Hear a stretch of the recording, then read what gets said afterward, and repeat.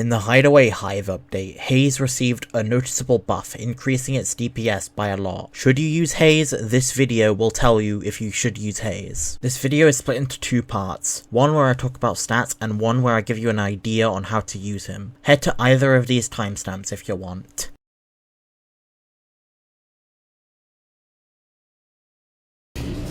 Hey, wait! Up here! I found some bird eggs up here. Just dropped them into the door mechanism. Shut it right down. Bird! Bird! Bird! Bird!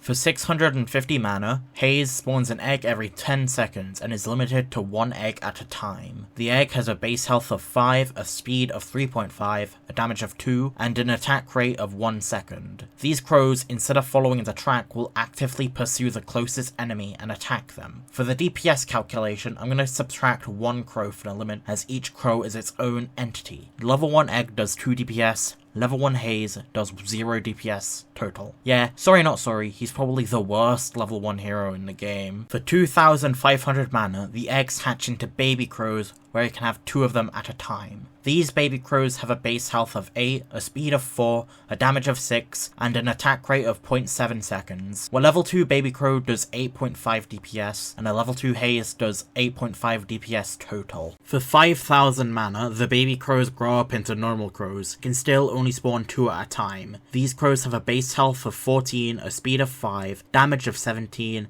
and an attack rate of 0.7 seconds. Level 3 crow does 24 DPS, level 3 Haze does 24 total DPS. Most towers do get a decent spike in power at level 3, so not much of note, to be honest. For 7000 mana, the crows gain a sense of fashion. He now spawns 3 at a time. These crows now have a base health of 20, speed of 8, a damage of 23, and a rate of 0.6 seconds. Level 4 crow does 38 DPS, level 4 Haze does 76 total DPS. This is the level I'd recommend using as a normal tower. They finally have the speed to catch up with enemies and do sufficient DPS to deal with them. For 10,000 mana, the crows get an even better sense of fashion, and 4 can now exist at any given time. These crows have a base health of 24, a speed of 10, a damage of 28, and an attack rate of 0.5 seconds. Level 5 crow does 56 DPS, and Haze does 168 DPS on average.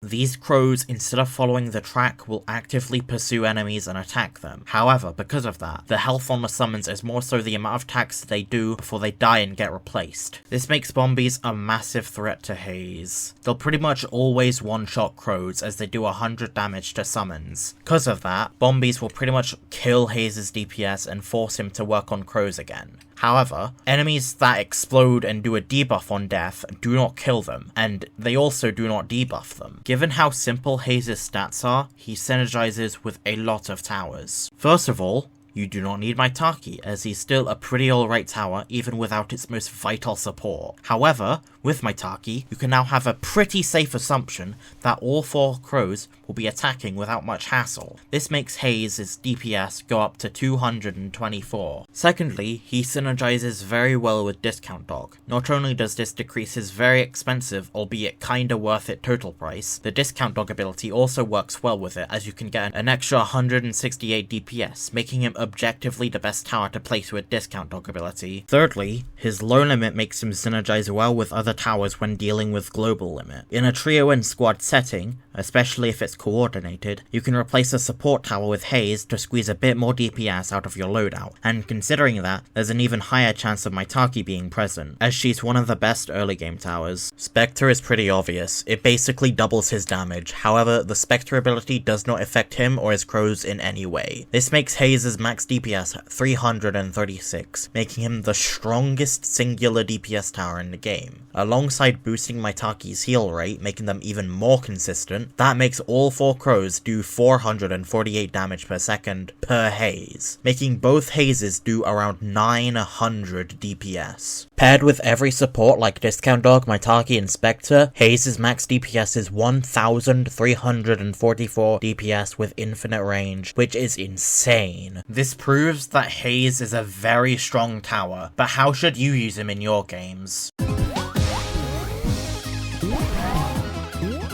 A very important thing to note is that every time you upgrade Haze, his crows die and slowly get replaced with higher level crows. Paired this with his very expensive cost, I would not recommend using him for early game purely because of this. If you ignore that fact, these crows are pretty slow, making them unable to deal with notable early game enemies like spiders and ghosts. Another thing is that bombies are extremely prevalent on casual mode and other maps. Because you are using Maitake, there's a good chance she's going to target the baby crows rather than the actual enemies, making him have the chance to cause early game to be a bit harder due to Maitake's pretty mid targeting. This makes Haze objectively the worst tower to use for early game and more of a detriment than anything. Placement matters a lot for Haze as crows target whoever is closest, meaning that crows will usually hang around a specific part of the map. For example, if you place Haze around this spot in Hideaway Hive, crows will usually hang around that area of the map. This is only really a problem for multi-lane maps. He still has infinite range, which makes him a valuable option for those maps. But just keep in mind that sometimes the crows will be on an entirely different enemy, when you really want them to be on someone more important like the boss on the opposite end of the map. He's on the unreliable side, and you shouldn't depend on him like how you depend on scientists for DPS.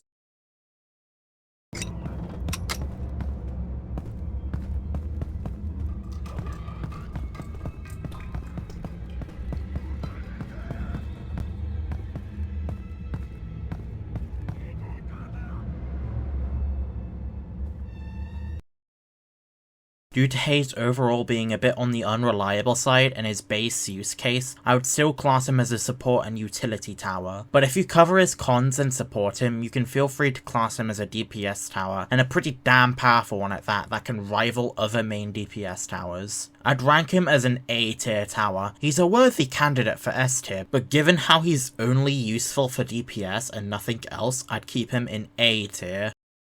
Do you agree with my ranking? Feel free to like and subscribe as it helps a lot and tells me you want more videos like this. That's all for now, and goodbye. Enjoy the rest of this clip of Haze mauling Inferno Slime King.